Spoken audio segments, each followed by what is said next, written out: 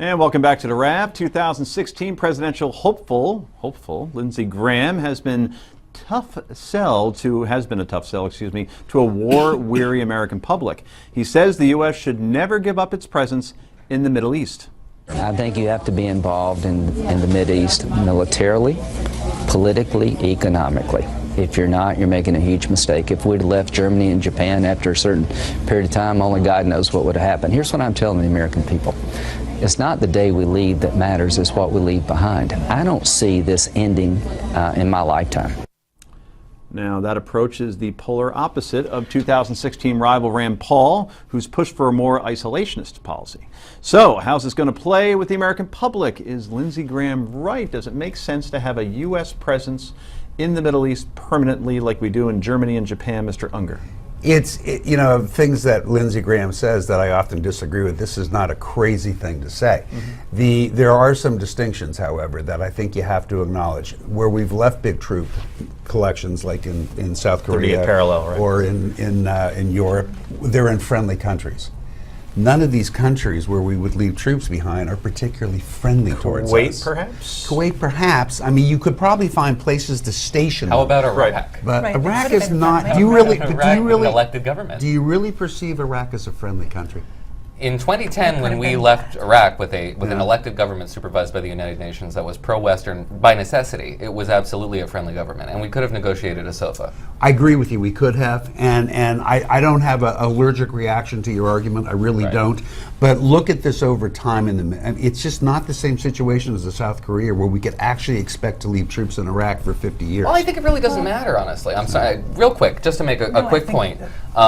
If we wanted to leave a troop presence, we hold all the cards. We had a very unfriendly government in Afghanistan, and we nevertheless negotiated a 10,000 plus troop presence that is still there and will remain there, despite the fact that they're drawing it down. It is going to remain there indefinitely. Post 1991, we had troops in the region in Saudi Arabia and Kuwait. We were exercising no-fly zones over Iraq, so we had troop presence in the region for a significant amount of time prior to the Iraq War.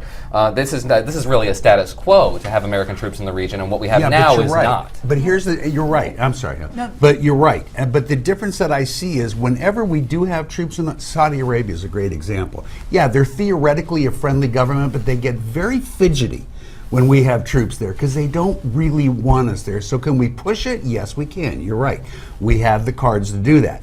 But it doesn't always have a happy ending when you have to push it. In these other countries, they wanted us. Is this a happy ending, having removed people? No, it's not a happy ending either way. I'm pointing out that it's not as simple as Lindsey is suggesting it is. You know what I think is so interesting about what he's saying is he's saying what so many people won't say, and perhaps that's his role in this election. Maybe. You know, he's going to start pushing the envelope. He's got nothing to lose. Things. Well, right, but I think that it's a very good point. I think it's a point that a lot of people are afraid to say because a lot of people don't want to hear it. But for those families who have left their loved ones' blood behind in these areas of the Middle East, they may well say, yeah, it's great to leave some troops there.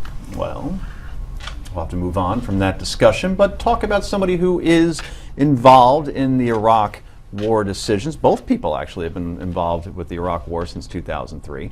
So let's get to it. For the first time in more than a decade, Americans now have a favorable view of former President George W. Bush, and he's even doing better than our current president.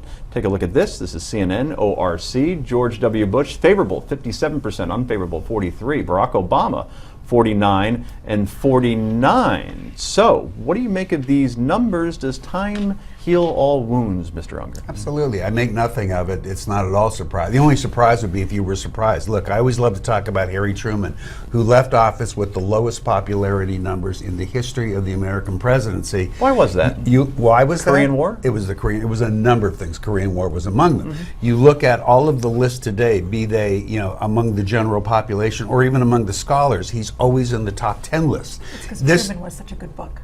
Well, maybe that's why. But this is par for the course. Hillary Clinton, by the way, when she left the White House, she was not a popular person. And what everybody forgets with everything going on now, for the past 8 years, she was the most admired woman in America. So when Bill left the White House in 2000, he was Well, upper he 60s, was still pretty right? high. Yeah, he Yeah. was high. Yeah, he's so. high. But she was lower than he was, because you always see a first lady she above. was definitely lower. They didn't like Hillary Clinton, if you recall. That's interesting. So is this just a matter of most ex-presidents usually poll well when they're gone for a couple of years because there's nostalgia, and George W. Bush has carried himself exceedingly well and Oh, not exceedingly well. Yeah, criticizing for the sure, president. for That's sure. probably led to these. And we Well, and remember getting he's a out there. nice guy. Well, Right. and not only that, but I think the national security focus that we have going on right now, a lot of people are looking back at what happened in Iraq with it in 9/11 in a different way, and that may add to it a little bit. But I think for the most part, Rick's right that it's mainly because it's nostalgia. Noah, last word. Yeah, this might actually be an outlier poll. There is not really a lot of data that back this up, but it isn't surprising, and it's shocking how the left reacted to this news. Very bitter, very upset. I think there's a lot of old wounds that have not yet been As healed. somebody on the leftish side, I'm not bitter about it at all. I think people, when we were very unhappy with Bush as a president, we forgot what a nice man he is. And I Oh, yeah, think he was that's always being likable. reflected. You could Very disagree with nice his man. policies, but no one ever said, boy, he's a mean person, whatever. Some Anyway, did. Marie Harf goes to war with the New York Times. You have to stick around for this.